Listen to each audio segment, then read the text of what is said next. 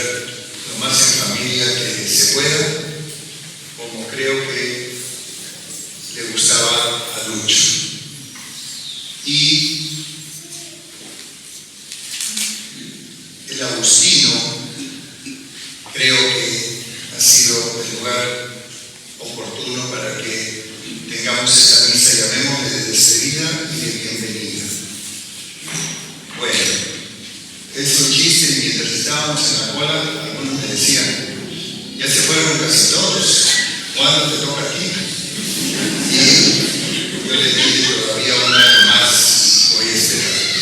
Pero fuera de bromas, ya he tenido que despedir a Jesús Valverde, igual que estoy haciendo ahora, a Juan Cima, a Ricardo González, y bueno, Chamberlain no pude estar, y muchos más que dieron su vida en el Agustino. De modo que este es un lugar emblemático que nos une a muchos por muchas razones. ¿Qué diría yo que pueda ayudar o servir a un público tan heterogéneo que estamos acá? Estamos peruanos, españoles, gringos, creo que no hay ninguno, porque solo Kevin estuvo ayer, espero que dure un poco también. Él y yo somos contemporáneos, por si acaso. ¿Qué quisiera decir yo que pueda ser útil incluso a los que pueden estar conectados desde otro lugar, en provincias o España? Se está yendo una generación de la que yo soy parte, ¿no? Una generación de hombres y mujeres significativos. Cuando digo mujeres, podría decir Pilar Paul y muchas otras que han estado vinculadas a la historia del Agustino, o María Leal, o las mismas dirigentes de nuestro pueblo. Una generación que yo diría tuvo la oportunidad de ejercer un cierto liderazgo. El tema es cómo se ejerce el liderazgo y cómo se nutre. Gente que tenía pasión. Sin pasión, ¿ustedes creen que se puede liderar algo? Difícil. Apasionados. Gente con sueños. ¿Ustedes creen que sin sueños se puede luchar por algo? Gente formada y educada en otra época. Me van a perdonar ahora los jóvenes, porque van a decir, al seguro este cura va a salir otra vez con los milenios y la generación de cristal, patatín, patatán. No quiero yo hacer ninguna alusión, quiero explicar la vocación de Lucho. Acuérdense que muchos de los españoles que vinieron venían de la guerra civil española, y esa experiencia marcó a mucha gente. Los gringos, algunos vinieron después de la Segunda Guerra Mundial, otra experiencia muy dura que marca el carácter. Y acuérdense que en Latinoamérica estamos retrocediendo cuando llega Lucho hace cantidad de años. Estaban las famosas revoluciones, ¿se acuerdan de la misa nicaragüense y la música que cantábamos en esa época? ¿No es cierto? Chile, Allende, Perú, Velasco y muchas otras cosas que podríamos recordar. Y en la iglesia, la gran revolución del Vaticano II. ¿Ya? Sin eso, yo creo que Lucho no hubiera podido hacer lo que hizo. De modo que Lucho, fruto de esa época, tuvo la locura de ser sacerdote obrero. A ver si alguno de nosotros se mete de obrero ahora, ¿qué va a pensar la gente? Está loco. Bueno, pues Lucho era medio loco también. Y una gran locura la que tuvo. Aquí está un compañero de él, que no sé si me estaré escuchando bien, Eduardo Borrell, que fue obrero. Eduardo Borrell era mecánico y Lucho era electricista. Así que es una historia que no podemos entrar en detalles porque el tiempo no alcanza. ¿Qué otra cosa fue Lucho? Y espero no ofender a ninguno de los que están acá. Fue militante de izquierda. Y cuando digo militante, lo digo con todas las consecuencias consecuencias de eso en la sociedad, y yo diría que en la izquierda. Quiso unir fe y política. Estuvo vinculado al Bartolo y a muchos otros movimientos. Y cuando yo, hace 51 años, por decir esto de Quiro, tenía, saquen plumas y ahora tengo 74, él estaba en ese grupo que se llamaba EMO, Equipo de Misión Obrera. Ahí estaba Pilar Paul y otra señorita que hay acá, Ana Lisbeth. Estamos retrocediendo 50 años. Por eso te digo, es otra época, otro contexto, otra sociedad. Luchito, ya ustedes lo conocen como era. Donde hay una manifestación, para yo estar presente. Se ponía su bandera, se la amarraba al cuello, y en Fátima, que era una comunidad de gente tranquila, a veces entraba con una vincha militante de izquierda. No mató a ninguno de los viejitos porque Dios se le y le gustaba en ese sentido llamar la atención, porque en otros sentidos fue un hombre discreto, yo diría. No era figuretti ni le gustaba ocupar puestos así llamativos. Y yo diría que ha dejado una huella profunda en mucha gente. ¿Cómo lo catalogaría yo? Misionero. Y ahí los peruanos vamos a tener que, aquí creo que todos somos peruanos, fíjense qué casualidad. Y en esa época, el Agustino, españoles, norteamericanos, franceses, ellos eran misioneros de aquella época. Ahora nosotros estamos tratando de ir a la selva y a algunos lugares también del mundo andino que necesita gente de frontera. Entonces, creo que tuvieron su rol esos jesuitas. Ustedes ya saben lo que hicieron, ¿no? Uno de los que más destacó fue Chamberlain como gringo y Chiqui como español. ¿Se acuerdan de Chiqui? Sí. Todavía está en el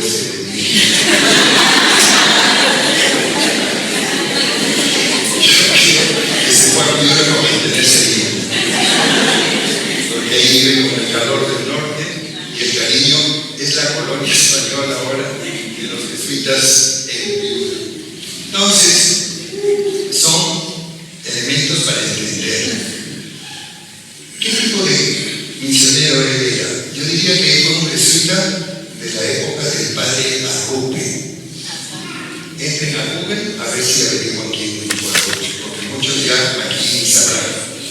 De la época, y ahora sí viene algo que es un poco crítico y que lo digo a pesar de que están grabando, de la época de Juan Pablo II, que fue el que hasta cierto punto se bajó a Arrupe y se bajó, según mi punto de vista, el Vaticano II.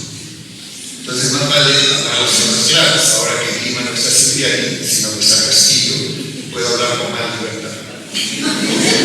Bueno, entonces, dicho eso, creo yo que él vivió en una época de muchos sueños y después de un frenazo en seco. Y vivir eso no es fácil. Por eso el Evangelio de hoy tiene que ver en buena parte con la vida de Lucho. Tengo sed y le dan algo amargo. Sin embargo, nunca se replegó. ¿Ya? El mundo retrocedió en esa época también junto con Vaticano II y ese humanismo revolucionario que había en el tercer mundo se vino a un lado y se globalizó lo que llamamos neoliberalismo, donde el dinero, el mercado, la tecnología se usaron para monopolizar el poder, monopolizar el dinero y dividir la sociedad. Laudato Si nos habla bastante de esa situación. Él vivió ese conflicto internamente, muy duro, porque se deshumaniza la sociedad, la iglesia y la naturaleza, todo el tema ecológico que ustedes saben. De modo que en esa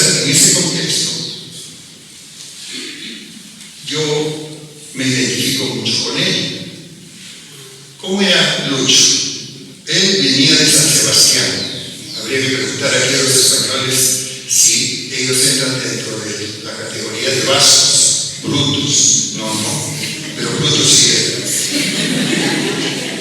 San Sebastián, una zona de España muy hermosa y de una playa maravillosa. Entonces, Luchito, sensible, solidario, cercano, ¿no es cierto? Muchas veces tierno, porque detrás de esa cara que a veces hacía bromas pesadas, era un niño, ¿no? Sonriente y sin buscar figuración, poder, siempre quería estar en segundo lugar. Y eso también contrastaba con que a veces era bien brusco, bien chocante, bien bruto, ¿o no? Las mujeres han sufrido el maltrato, por suerte. En esa época todavía esos protocolos de maltrato no estaban, si no estarían en la cárcel. Bueno, tenía su carácter, gustaba disfrazarse, ponerse, llamar la atención en un afán de alegrar a los demás, ¿no? Era un amigo fiel, sobre todo, de los pobres, y eso conviene resaltarlo. Fue un hombre coherente hasta el final. Sus mejores amigos, diría yo, estaban entre la gente de nuestro pueblo. Con los compañeros también fue fraterno y creo yo que aportó a una vida de comunidad sana. Era el loco de la moto, ¿se acuerdan? Tenía el brazo derecho torcido, porque se lo había roto no sé cuántas veces y a los 80 tuvieron que obligarle a dejar la moto. ¿Ya? Tenía un dedo menos. Ya saben por qué, porque como electricista se electrocutó una vez y le quedó la mitad del dedo, su rodilla, ¿se acuerdan? Y si nos ponemos a hablar no acabamos, porque este niño, por cambiarse los calzoncillos, estando de pie, se quedó atracado y le dijeron: padre, usted no sabe que los mayores sentados deben cambiarse. Entonces perdió el equilibrio y estando con los pies atracados se rompió, y esa fue su tragedia, porque desde esa edad 85 lo han operado como 4 veces. Aquí está Pitín Merea, que era hijo putativo de Lucho, que fue jesuita y es el que ha heredado el colegio del padre Garí, allá en Huachipa, y es primo mío también. Entonces, no pudo regresar a Agustino por esa rotura de cadera.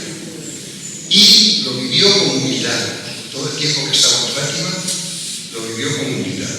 Entonces, su salud le ocasionó en la vida problemas, nunca se quejó.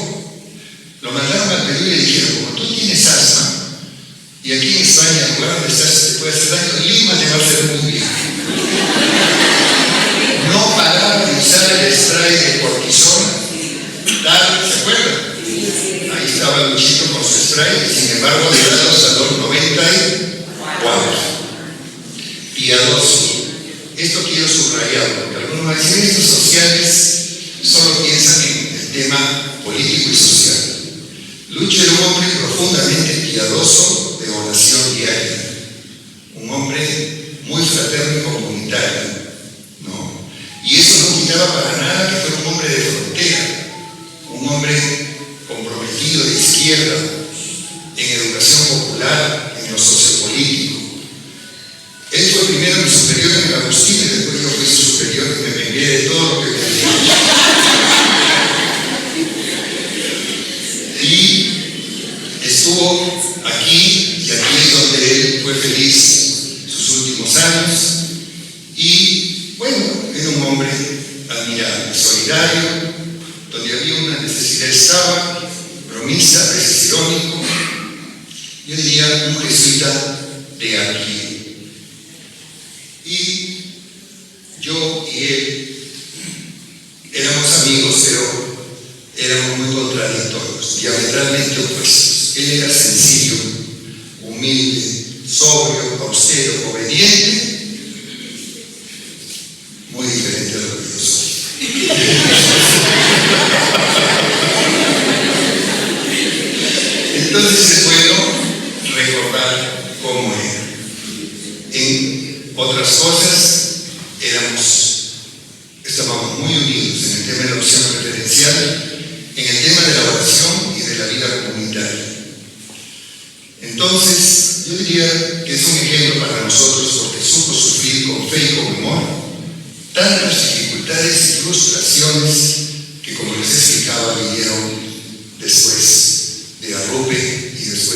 involucrándose en política, en religión, en la vida religiosa, en el tema de la opción por los pobres.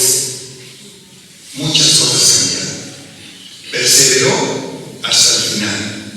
Cuando ya no pudo, tuvo que estar en cama. Y yo creo que es justo reconocerle hoy día esos méritos para seguir su ejemplo. Yo diría que fue por un lado un hombre ecuménico, porque quiso dialogar con todas las instituciones de la sociedad civil y grupos de otras iglesias, y al mismo tiempo radical. Dialogaba, pero era bravo con sus posturas, ustedes se acordarán. Inflexible, ¿no? Como ustedes lo habrán recordado. Él en el Comité de Derechos Humanos del Agustino, con Pilar Paul, Isabel y su grupo de profesores ahora, estuvo muy vinculado también a María Alvear, una de las esclavas que en aquella época estaba en el Comité de Derechos Humanos, y todo lo que ustedes ya conocen que no voy a repetir. Por un lado, fíjense, para los que se acuerdan, era un hombre muy secularizado. Era un hombre que hizo una gran labor pastoral, pero su principal presencia, desde que fue sacerdote obrero y lo demás, no fue a prácticas, imágenes, ritos piadosos, a veces tradicionales, no. Para él, los símbolos importantes eran la vida de la gente y un Jesús encarnado. Ese era la simbología que él usaba. De modo que, yo diría, 60% fue un hombre de la calle, un hombre de la gente, un hombre del pueblo, y 40% fue párroco, pastor y cura del grupo, y realizó la labor sacramental que ustedes conocen acá en el Agustino. De modo que yo diría, gracias Lucho por todo, y te considero un hombre de Dios. Ahora que estás con Él, verificas que era cierto lo que tú soñabas. Buscó el reino de Jesús, el reino de Nazaret, y su justicia, y lo demás venía por añadidura. Un hombre de profunda oración diaria, todos los días, incluso tenía una lista de santos actualizados. Yo diría que fue un buen samaritano español en el Perú. Y yo siento que soy su discípulo, a pesar de que han pasado 51 años de que lo conocí. Y yo diría que para muchos y para mí fue como el espíritu de Jesús de Maús que se te cruza por el camino y te ayuda a interpretar la vida, los signos de los tiempos. Fue un gran intérprete de la realidad y de los signos de los tiempos. Yo diría que va a seguir siendo presencia de Jesús resucitado para que sigamos buscando ese camino, esa verdad y esa vida. Y finalmente, para ya no dormirlos más, ¿qué creo que Lucho nos diría a nosotros ahora? ¿Qué dicen ustedes? ¿Qué nos diría? Adelante, como Belaúnde. Lucho no era belaundista. ¿Qué nos diría? El pueblo unido jamás será vencido. ¿Qué más nos diría? Bueno, ya no nos alarguemos y les voy a decir lo que se me ha ocurrido. Al Agustino y a las comunidades cristianas y a las organizaciones populares les diría: sean perseverantes y una fe y política. No se dediquen solo a la fe o solo a la política. Hagamos esa síntesis, que antiguamente se llamaba fe y justicia. ¿Qué le diría a la iglesia? Le diría: está bien la sinodalidad, pero que sea desde los pobres, diría Lucho. No una sinodalidad de los iguales, que sea una sinodalidad de los que optan. ¿Qué le diría al Perú? Pobre Lucho le diría: que la izquierda se reforme y que tenga autoridad moral, porque la ha perdido. Pero hay muchos grupos que la mantienen, pero son pequeños. También nos diría: construyan ciudadanía, eduquen líderes para la justicia social y la unidad del Perú. ¿Y qué nos dirían a los jesuitas, todos los que estamos acá de blanco, con esas caras angelicales que ustedes podrán observar? Yo les diría, como buen jesuita, nos diría: compañeros, resuciten el discernimiento, resuciten a Rube para leer los signos de los tiempos y construir